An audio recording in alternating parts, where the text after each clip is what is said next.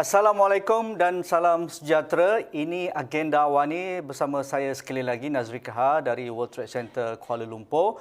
Ketika pembentangan rancangan Malaysia ke-12, sekali lagi Yang Amat Berhormat Perdana Menteri mengangkat pendidikan TVET, di mana program TVET akan terus diperkasakan selari dengan rancangan Malaysia sebelum ini dengan menambah baik beberapa perkara termasuk ekosistem, meningkatkan kualiti program melalui akreditasi, pengiktirafan dan juga pensijilan badan antarabangsa serta memperkenalkan sistem penerapan institusi TVET. Begitu juga platform berpusat bagi data penawaran dan permintaan TVET akan dibangunkan. Itu antara kenyataan besar diangkat dalam pembentangan pendidikan TVET untuk rancangan Malaysia 5 tahun mendatang ini. Saya akan bersama saudara Rizan Hassan, Setiausaha Pertubuhan Kebangsaan Pekerja Berkemahiran, dan juga Cik John Engloy, seorang pakar penasihat teknikal bagi sektor otomotif dalam bidang pembangunan kemahiran ini dari aspek industri. Jadi Cik Rizan sudah berada di talian. Assalamualaikum Rizan, apa khabar? Waalaikumsalam. Rizan, dari kenyataan Yang Amat Berhormat Perdana Menteri dan juga selari dengan laporan terkini pihak Jabatan Audit Negara, adakah kita sudah berada di landasan yang sepatutnya ataupun kita terpaksa melakukan reinvent the wheel ataupun melakukan perkara yang sama tetapi kita tidak banyak berubah dari sudut outcome ataupun hasilnya, berkaitan apa yang dilaporkan dalam laporan audit negara tentang isu jumlah peruntukan yang besar tetapi keberhasilan melibatkan jumlah yang amat tidak signifikan dan isu-isu yang dinyatakan tadi. Mungkin reaksi awal Rizan tentang hal itu. Okey, kalau kita tengok hasrat yang dinyatakan oleh Yang Amat Berhormat Perdana Menteri untuk rancangan Malaysia ke-12 itu tidak menampakkan banyak perubahan. Sebaliknya ada suara-suara nakal mengatakan seolah-olah meneruskan masalah yang tidak selesai dalam rancangan Malaysia ke-11. Kerana inisiatif yang ada itu sepatutnya adanya tindakan-tindakan penambahbaikan yang sepatutnya dilakukan. Ini kerana kita tengok pendidikan TVET ini di negara kita ni sebenarnya macam Tuan Haji kata, dia dah berdekat lamanya. Dan kita pernah menjadi tempat rujukan bagi negara-negara seperti Vietnam, Cambodia, even Indonesia sekalipun. Tetapi hari ini mengapa kita dilihat sedikit terkebelakang adalah banyak penyebabnya. Antaranya yang dapat kita lihat adalah hasil daripada laporan audit negara itu sendiri. Dan satu perkara yang saya lihat terlalu sukar untuk diselesaikan di negara kita adalah soal stigma ibu bapa, masyarakat dan juga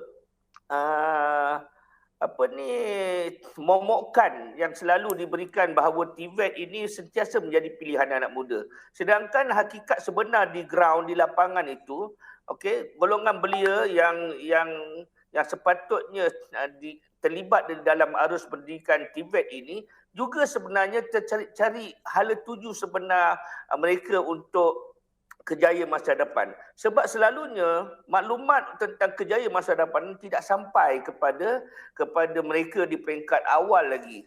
Ini kerana pendekatan ataupun approach yang dilakukan oleh pihak kerajaan itu seakan-akan terpisah di antara majikan, di antara penyedia latihan, di antara pelajar atau belia itu sendiri dan juga di antara pihak sekolah. Bila ini sentiasa terpisah, kan pendekatan itu tidak berlaku dengan secara holistik. Jadi hasilnya adalah kita akan sentiasa mendendangkan lagu dan masalah yang sama pada setiap tahun, seolah-olah tidak ada jalan bagi penyelesaian perkara-perkara yang sentiasa didendangkan di Tuan Haji. Tetapi kita perlu akui ada beberapa peningkatan ataupun lonjakan yang sudah pun diatasi oleh pihak yang berkenaan, iaitu pemegang taruh penyedia pendidikan TVET, termasuk KPM, termasuk Kementerian Pengajian Tinggi, Kementerian Sumber Manusia. Misalnya laluan pendidikan TVET ataupun vocational dan teknikal itu sudah boleh ke tahap yang tertinggi di peringkat Doktor Falsafah dengan memberikan laluan dalam universiti-universiti teknikal yang diwujudkan oleh pihak kerajaan. Jadi adakah setakat itu saja yang perlu kita berpuas hati, sedangkan isu berkaitan dengan relationship ataupun hubungan antara pihak pendidikan, penyedia perkhidmatan pendidikan dengan pihak industri dan majikan, dan juga laluan untuk mendapatkan internship ataupun apprenticeship kepada pelajar ini ke pihak industri, itu seolah-olah masih ditakuk lama. Adakah itu realiti yang Rizan lihat di lapangan? Ya, begini. Teknologi sebenarnya telah mengubah cara anak muda kita berfikir, cara anak muda kita bekerja dan juga cara kehidupan anak muda kita. Tetapi apa yang tidak berubah sekarang ni, Tuan Haji, ialah approach daripada pemberi perkhidmatan ini, iaitu institusi latihan dan juga pembuat dasar dalam menyantuni anak muda punya minat dan bakat. Jadi kalau approach yang dilakukan itu dilihat tidak cool di mata anak muda, ianya sedikit sebanyak memberi cabaran. Okey, antara yang boleh saya kongsikan, anak muda sekarang ini dia mahukan satu pendekatan latihan yang sifatnya bersekali, iaitu dia ada satu perkara yang seiring di antara latihan dan juga kerjaya. Sebab itu pendekatan sekolah ke institusi latihan itu sebenarnya sudah tidak relevan dan signifikan hari ini. Tetapi pendekatan seperti apprenticeship, pendekatan seperti teaching factory, okey, yang mana peranan latihan itu juga boleh diambil antara 20-30% oleh industri. Itu sebenarnya akan memberikan satu keyakinan kepada anak muda, kepada lepasan SPM, untuk mereka lihat masa depan mereka yang lebih cerah. Kemudian pada masa yang sama, guru-guru bimbingan kaunseling dan kerjaya juga dapat input yang sebenar daripada industri, apakah kerjaya sebenar yang akan anak-anak murid mereka ceburi. Dan paling menarik, bila ada partisipasi daripada industri terhadap latihan, maka approach itu dia jadi lengkap. Bila lengkap ini, dia akan memberikan keyakinan kepada industri untuk juga terlibat dalam pembangunan latihan di negara kita. Soalnya sekarang, industri sentiasa memandang sedikit memandang rendah kepada segala inisiatif yang diberikan kerana keyakinan industri untuk mendapatkan tenaga kerja daripada penyedia latihan itu ada sedikit kebimbangan.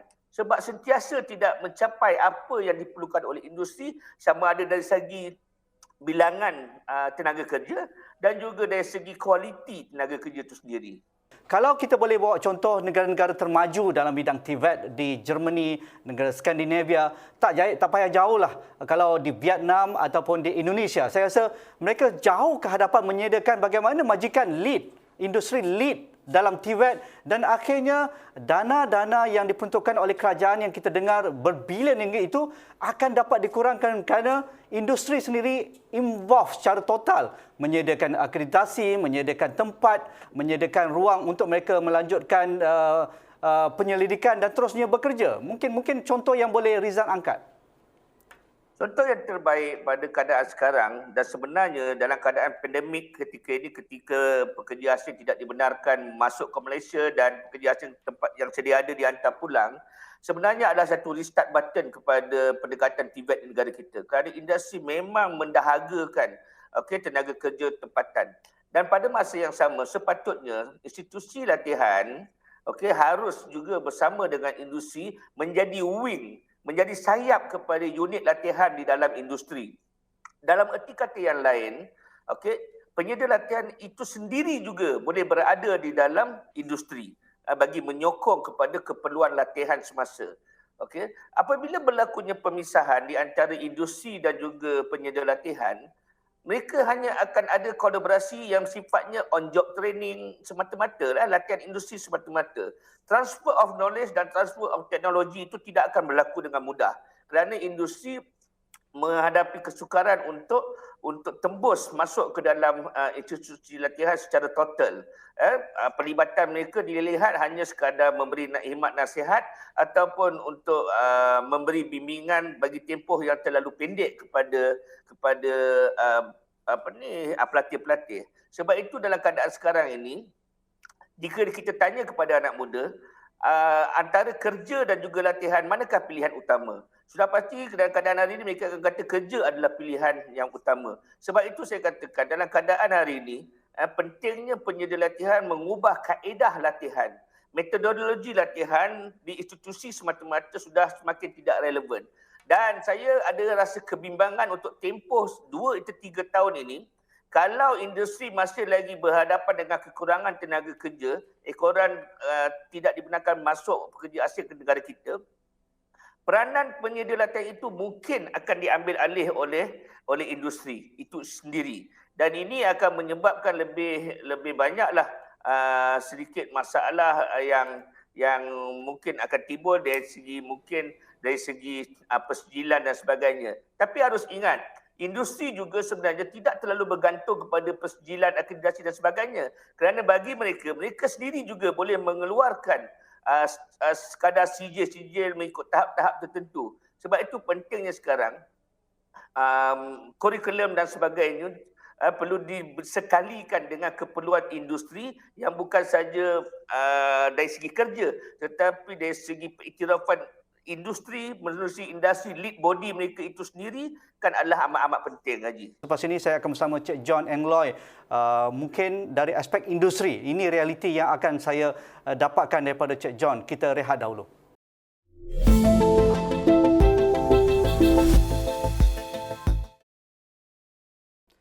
Kembali bersama saya Nazri Kahar dari World Trade Center. Dalam agenda awal ini kita membicarakan rancangan Malaysia ke-12 dan transformasi pendidikan TVET. Sekarang saya bersama dengan Cik John Engloy, pakar penasihat teknikal bagi sektor otomotif. Persepsi masyarakat berkaitan dengan pendidikan TVET, kalau kita nak bandingkan pada 2021 hari ini dalam era pandemik COVID-19 berbanding 10 tahun lalu ataupun 15 tahun lalu, adakah banyak perubahan di kalangan persepsi ibu bapa, komuniti masyarakat dan juga mungkin pemegang taruh lain dalam bidang TVET ini?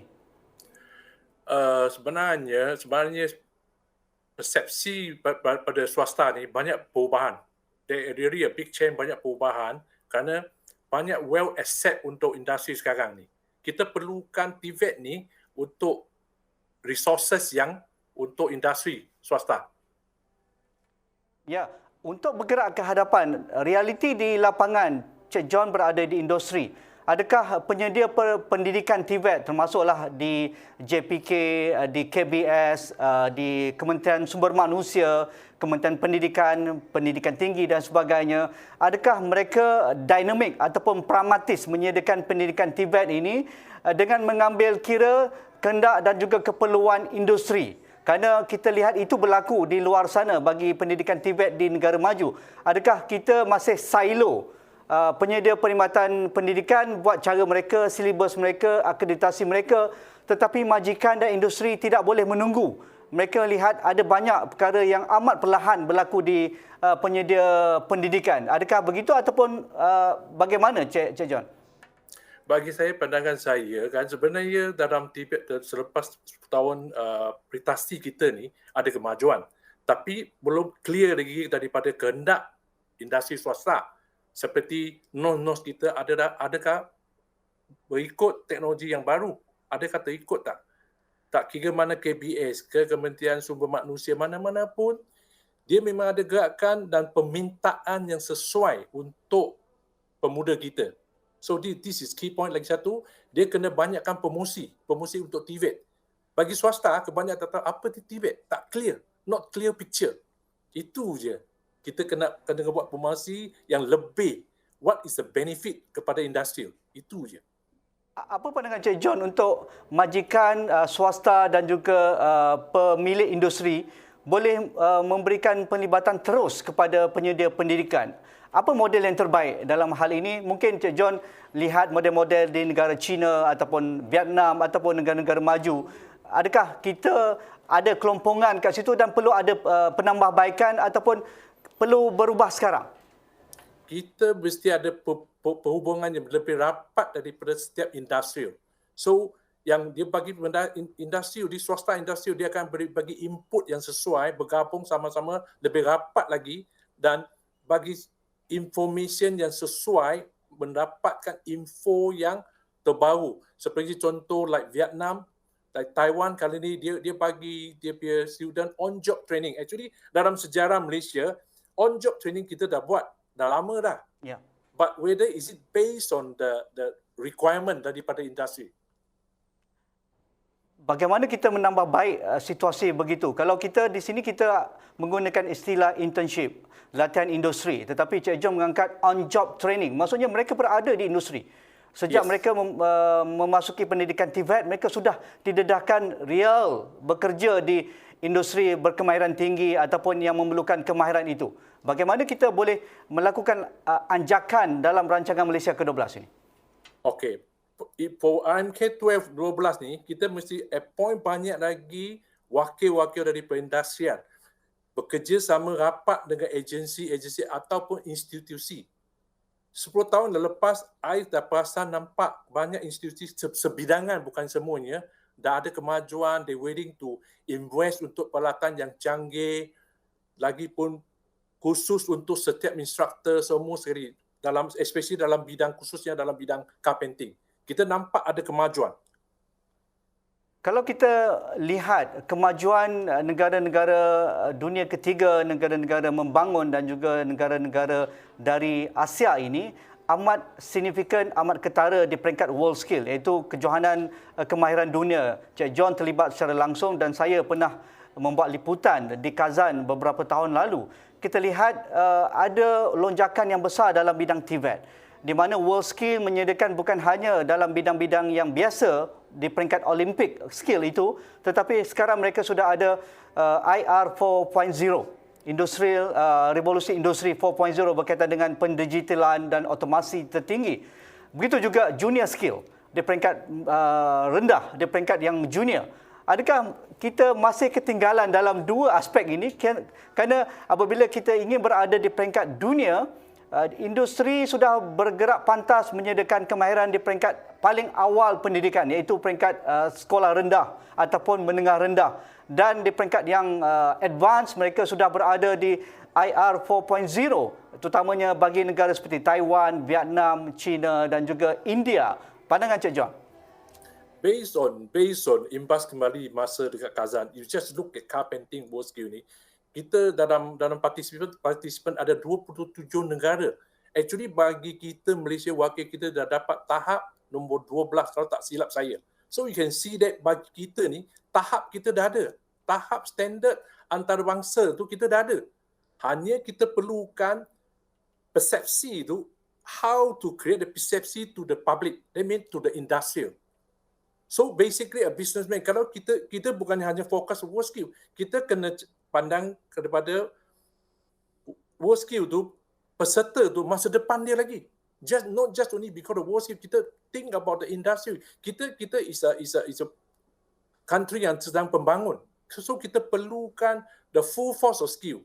Seperti like pendidikan ada, seperti bagi saya, kita perlukan 70% is on skill, 30% of theory. Dan rapat dengan industri yang swasta tu, the requirement is the same thing that setiap agensi, institusi, technical school ke semua, they produce produk tu, maksudnya pelajar-pelajar kamu tu, semua tu, whether is it accepted or not, is it up to the kita requirement. So kita kena on par. So informasi daripada swasta industri, kita bekerja gabung lebih rapat lagi kepada industri dengan agensi-agensi kerajaan. Rancangan Malaysia ke-12 jangka masa panjang iaitu 5 tahun. Tetapi situasi sekarang kita berada dalam pandemik COVID-19 dan kita menuju ke era endemik. Bagi industri, ini memberikan banyak kesan dari aspek pengeluaran, dari aspek supply chain dan juga impak kepada pihak pekerja dan juga majikan.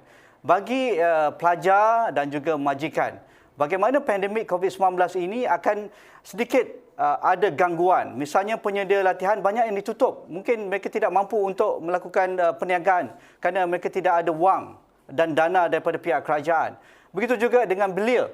Kalau banyak pusat latihan ditutup, mereka tidak ada tempat latihan dan akhirnya majikan akan kekurangan pekerja ataupun pelajar dalam bidang TVET ini. Apa kegusaran ataupun kerisauan Cik John, terutamanya dalam bidang industri otomotif, impak dari pandemik COVID-19? Okay, actually bagi pandemik COVID-19 ni banyak impact. It's a bad impact to in some of the industry, especially carpenting ke general service untuk ni. But one thing is good on JPK, dia adakan online training. Tapi online training bukannya kepada sektor otomotif. Yeah. Kebanyakan di online kita boleh buat pada soft skill training macam website design, Microsoft design, semua benda ni. Bagi otomotif, we still need a 70% is on the training side. So kita kena perlukan praktikal, bergabung menggunakan peralatan yang lain. So there is really a big impact even in the carpenting. Based on the impact pandemic ni, banyak even some of the workshop 6 bulan pun tak buka. So that is really a real impact. But JPK still keep going to change the plan to facing this pandemic COVID-19. So they have a lot of schedule semua untuk online training. Kita cubakan web panel A untuk bagi info-info bagi setiap bidang informasi yang tepat untuk setiap bidang untuk menghadapi COVID-19 pandemik ini. Pengalaman Cik John berinteraksi dengan majikan dan juga pihak industri. Apa cadangan dan juga saranan untuk bergerak ke hadapan untuk mengurangkan impak COVID-19 dalam industri carpenting ataupun general service dalam bidang otomotif ni? So kita kena banyakkan fokus kita macam ikut banyak SOP, kita implement the SOP.